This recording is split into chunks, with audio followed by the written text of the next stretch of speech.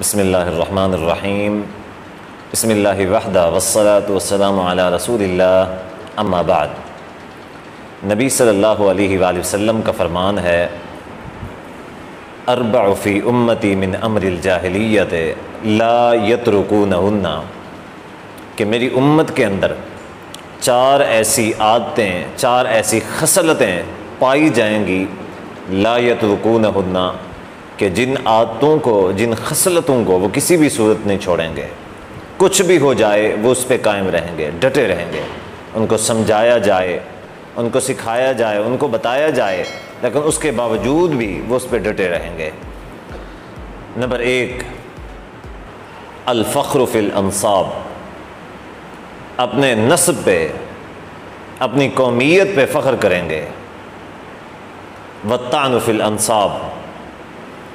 اور دوسروں کی جو نسل ہے، دوسروں کی جو قومیت ہے اس کے اوپر طعن کریں گے۔ والاستسقاء بالنجوم، اور ستاروں سے وہ بارش مانگیں گے۔ اور چوتھی جو چیز ہے والنیاحہ، نوحہ ہے۔ چونکہ سفر کا مہینہ ہے تو سفر کے حوالے سے یہ ہے کہ ہمارے معاشرے میں یہ چیز عام پائی جاتی ہے کہ لوگ سفر کو منحوس سمجھتے ہیں کہ اس کے اندر کوئی اچھے کام نہیں کرنے چاہیے، اس کے اندر فلاں کام نہیں کرنا چاہیے، یا سفر کا جو مہینہ ہوتا ہے اس کے اندر کوئی خاص برکت نہیں ہوتی، یہ منحوس مہینہ ہوتا ہے، لوگوں کا یہ تصور پایا جاتا ہے۔ حدیث میں آتا ہے کہ نبی صلی اللہ علیہ وآلہ وسلم نے حدیبیہ کے مقام پہ فجر کی نماز پڑھائی، چونکہ رات کو بارش نازل ہوئی تھی، تو نماز کے بعد اللہ کے نبی صلی اللہ علیہ وآلہ وسلم نے فرمایا کہ حل تدرون ماذا قال ربکم، کیا تمہیں پتہ ہے کہ تمہارے رب نے کیا کہا ہے؟ تو صحابہ رضی اللہ عنہم اجمعین نے سوال کیا کہ اللہ کے نبی بتائیں اللہ تعالیٰ نے کیا کہا ہے؟ تو نبی صلی اللہ علیہ وسلم فرماتے ہیں کہ اللہ تعالیٰ نے فرمایا ہے کہ اصبح عبادی مؤمن بی و کافر، کہ میرے بندوں میں سے دو قسم کے لوگ ہیں،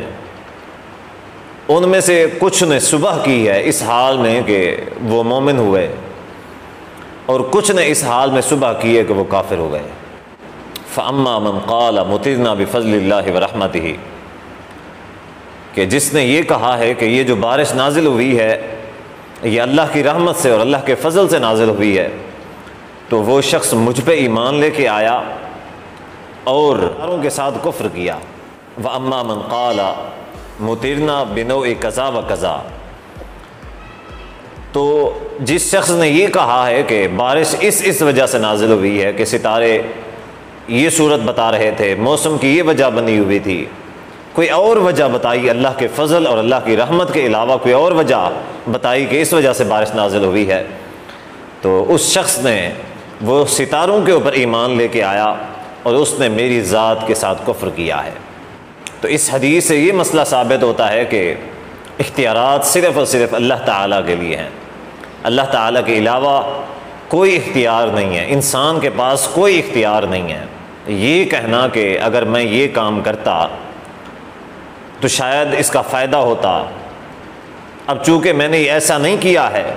تو لہٰذا اس وجہ سے مجھے نقصان ہوا ہے،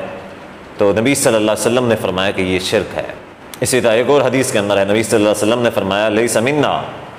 من تطیر او تطیر لہ او تکہن او تکہن لہ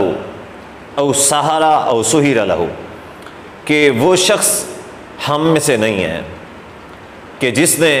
کہانت کی یا اس کے لیے کہانت کی گئی، جس نے بدشگونی لی یا اس کے لیے بدشگونی لی گئی،